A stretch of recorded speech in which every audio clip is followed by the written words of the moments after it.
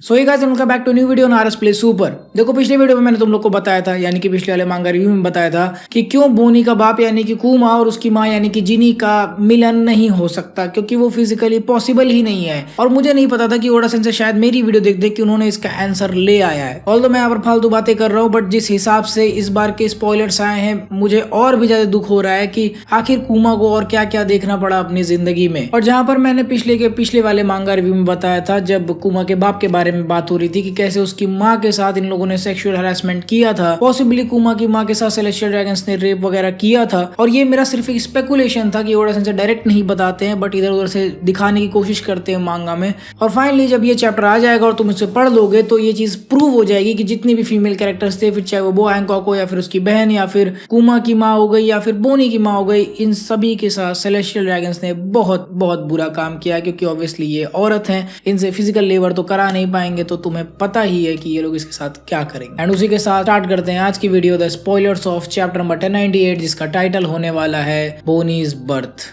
अच्छा guys, I think मैंने पिछले वीडियो में नहीं बोला था, बट हम 98.1 के पर आ चुके हैं। आई थिंक 1900 सब्सक्राइबर्स और रह गए, लिटरली बस 1900 सब्सक्राइबर्स। मुझे आज भी याद है 900 सब्सक्राइबर्स हुए थे, जब 1000 सब्सक्राइबर्स हुए थे, एंड इवन जब 500 हुए थे, यार हम लोग कितने खुश थे, मैं और आरएस, हम सब लोग कितना ज्यादा। एंड देन टू बिलीव कि अब यहाँ पर आ चुके हैं, तो भाई अब सब्सक्राइब कर ही दो यार, अब पहुंचा दो 1 लाख सब्सक्राइबर्स। घर पे हूँ, माँ बाप के साथ थोड़ा सेलिब्रेट भी शायद कर लूंगा अगर तुम लोग जल्दी करा दोगे तो, या फिर धीरे धीरे जैसे हो रहा है वैसा होता रहेगा।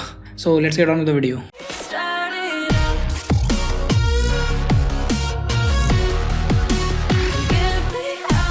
तो देखो इस चैप्टर का जो टाइटल है वो बोनीज बर्थ, बहुत ज्यादा स्ट्रेट फॉरवर्ड टाइटल है, क्योंकि इस चैप्टर में हमें बोनी का जन्म दिखाया जाएगा कि आखिर वो कैसा पैदा हुई है, स्पेशली उसका बाप कौन है ये जान के तुम शॉक हो जाओगे। तो जहाँ पिछले चैप्टर के एंडिंग में हमने देखा था कि जिनी को अचानक से किडनैप कर लिया गया है, और मैंने बताया था कि ये मरीन्स ही हो सकते हैं क्योंकि वो उसको वापस से स्लेव बनाना चाहते थे, तो ये पूरी तरह से सही हो गया है। जिनी को किडनैप करके लेके गया सेलेस्टियल ड्रैगन्स के पास, and she is again a slave for them, जिसकी वजह से मैं कुमा के लिए और भी ज्यादा सैड फील करता हूँ कि भाई को क्या क्या देखना पड़ रहा है यार। पहले उसकी माँ, अभी उसकी पॉसिबल वाइफ या फिर जिस भी लड़की से वो प्यार करता था उसके साथ भी यही हो रहा है। द फैक्ट कि वो बंदा इतना ज्यादा डरा हुआ था पिछले चैप्टर में जब जिनी ने उसको प्रपोज किया था कि उसके साथ भी हो सकता हो वही सेम चीजें हो जाए जो कि उसकी मम्मी को देखना पड़ा था, वो चीज अब इस चैप्टर में उभर कर आ रही है।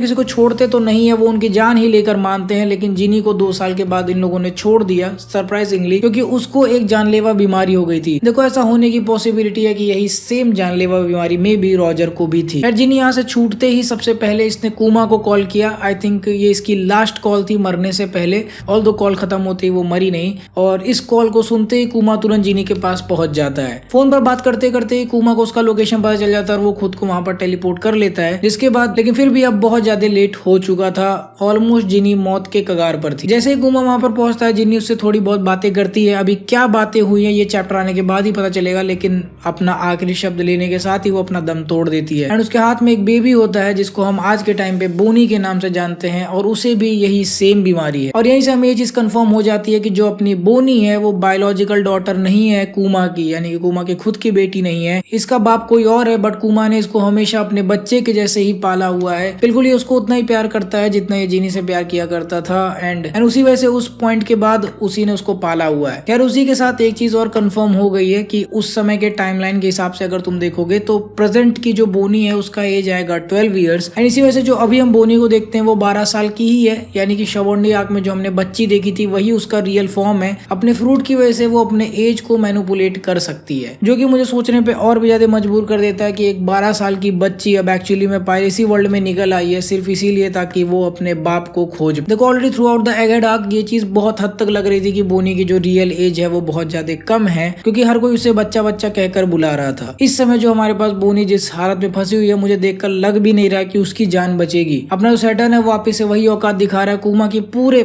के पूरे फैमिली को उसने नहीं छोड़ा, और अब शायद बोनी को भी वो मार डालेगा। ऑनेस्टली बोनी और कुमा दोनों के लिए मुझे बहुत ज्यादा बुरा लगता है, और उससे ज्यादा मुझे उसकी माँ यानी कि जिनी के बारे में बुरा लगता है कि जो चीजें उसके साथ हुई, और फिर उसके बाद उन्होंने उसको फेंक दिया इधर ही जाके किसी आइलैंड पे अधमरे हालत में, कि जस्ट बात करते ही कुमा से वो खत्म हो गई। बहुत ज्यादा डार्क हो गया है ये वाला चैप्टर और मुझे भी अब ठीक नहीं लग रहा है। ऑल्दो स्टार्ट तो मैंने बहुत ही किया था मजाक में, but through out the video बनाते बनाते मुझे भी अब बहुत बुरा लग रहा है जो चीजें हुई हैं। मैंने कई बार ये चीजें मेंशन की है कि सेलेस्टियल ड्रैगन्स बहुत बुरे बुरे कांड करते हैं और बहुत ज्यादा बुरे कांड कर देते हैं, और ऑल दो उसमें से काफी सारी चीजें स्पेकुलेशन थी, बट अब जब वो चीजें एक्चुअली में करेक्ट हो गई हैं तो खुशी होने की जगह मेरे को दुख हो रहा है कि ऐसा नहीं होना चाहिए था।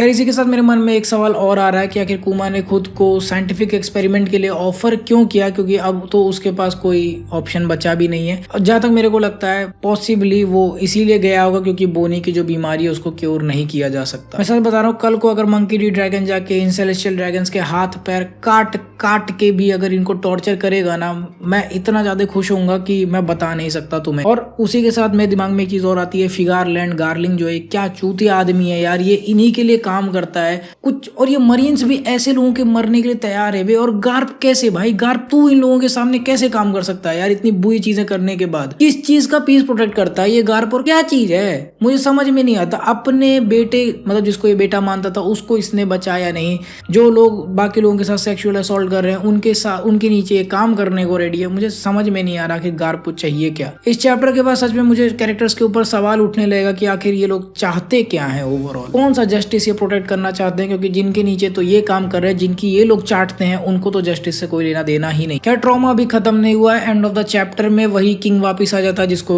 ये ड्रैगन ने भगाया था पिछली बार किसी तरह से, तो वो वापस से आ जाता और यहाँ पे सबको परेशान करना शुरू कर देता है। इस पॉइंट पे आई थिंक कुमा को इतना गुस्सा होगा कि वो मार ही डालेगा इस किंग को। मैं होता तो मार ही डाल। एंड उसी के साथ मुझे डोफ्लामिंगो की भी एक लाइन याद आ जाती है, जहाँ पे डोफ्लामिंगो ने चिल्ला कर बोला था कि अपने सेलेस्टियल ड्रैगन लोगों से बोल दो कि एक दिन उनको घसीट के उस रेड लाइन से नीचे लेकर आएंगे। हो जाए भाई, जल्दी हो जाए, मैं वेट कर कौन जा रहा हूँ उनको घसीटने, मैं देखना चाहता हूँ होते हुए सच में। और लूफी मेरे भाई, मैं सच बता रहा हूँ, बोनी को कुछ होना नहीं चाहिए। अब कितनी भी कैसी भी कैरेक्टर हो उसको अब कुछ होना नहीं चाहिए। बहुत झेल लिया कुमा की फैमिली ने, एक बंदा तो डिजर्व करता है हैप्पीनेस यार। खैर स्पॉयलर्स तो खत्म हो गए, let's talk about some other stuff, थोड़ा सा चीयर हो जाएगा मूड। देखो अभी चैप्टर नंबर एपिसोड जो आया लेटेस्ट वाला, वन पीस का नंबर नहीं याद आ रहा मेरे को, तो उसमें शैंक्स की हाकी दिखाई गई है, जो उसकी वायरलेस हाकी है जो बहुत दूर तक रेंज पकड़ती है। तो उस हाकी देखो देख के तो अच्छा लग रहा है, पर मुझे कभी कभी लगता है टोई एनिमेशन वाले बैठ जाते हैं, कभी कभी कहते हैं ठीक है कर ही देते। अच्छा सीन था यार वो, मांगा में कितना अच्छा लग रहा था, इसमें कैसा अजीब सा लग रहा है कि बस एक ऐसे उड़ते हुए तार जा रहा है उसको पकड़ ले रहा है। वो बहुत मुझे उतना पसंद नहीं आया, सच बता रहा हूँ। मेरे को ज्यादा उम्मीदें थी, बट लेट्स होप जब ओरिजिनल शैंक्स की हाकी दिखेगी तब